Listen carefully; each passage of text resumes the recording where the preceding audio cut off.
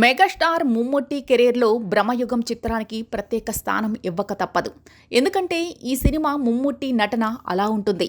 ఆయన ప్రధాన పాత్రలో నటించిన ఈ చిత్రం తాజాగా అరుదైన ఘనత అందుకుంది. యూకే ఫిల్మ్ స్కూల్ పాఠ్యాంశాల్లో ఈ సినిమాకి చోటు దక్కింది.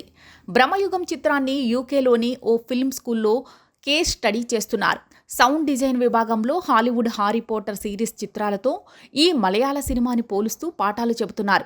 ఇందుకు సంబంధించిన వీడియోని ఓ స్టూడెంట్ సోషల్ మీడియాలో షేర్ చేశాడు. ఈ వీడియోని బ్రహ్మయుగం దర్శకుడు రాహుల్ సదాశివన్ తాజాగా తన ఇన్స్టాగ్రామ్లో షేర్ చేశాడు. ఈ విషయం సోషల్ మీడియాలో తెగ వైరల్ అవుతోంది. దీంతో నెటిజన్లు బ్రహ్మయుగం చిత్రాన్ని మెచ్చుకుంటూ పోస్టులు పెడుతున్నారు. నిజంగా చాలా గొప్ప సినిమా అంటూ కామెంట్లు పెడుతున్నారు.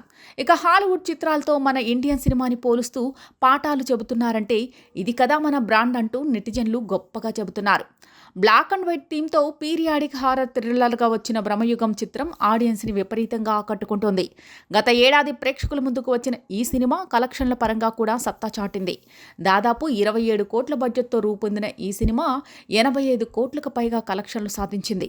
కేవలం 3 పాత్రలతో 2.5 గంటలు ఈ సినిమాను నడిపించారు. ఒక స్టార్ హీరో హోదాను పక్కన పెట్టి మమ్ముట్టి ఇందులో నటించడం విశేషం. సినిమా మొత్తం ఆయన ఒక్కటే కాస్ట్యూమ్లో కనిపించారు. కానీ వీటన్నింటినీ తన నటన, స్టోరీతో కనిపించకుండా చేశారు మమ్ముట్టి. టెక్నికల్గా ఈ సినిమా చాలా బ్రిలియంట్గా తీశారు. పెర్ఫార్మెన్స్ విషయానికి వస్తే మమ్ముట్టి ఇందులో నట విశ్వరూపమే చూపించారు.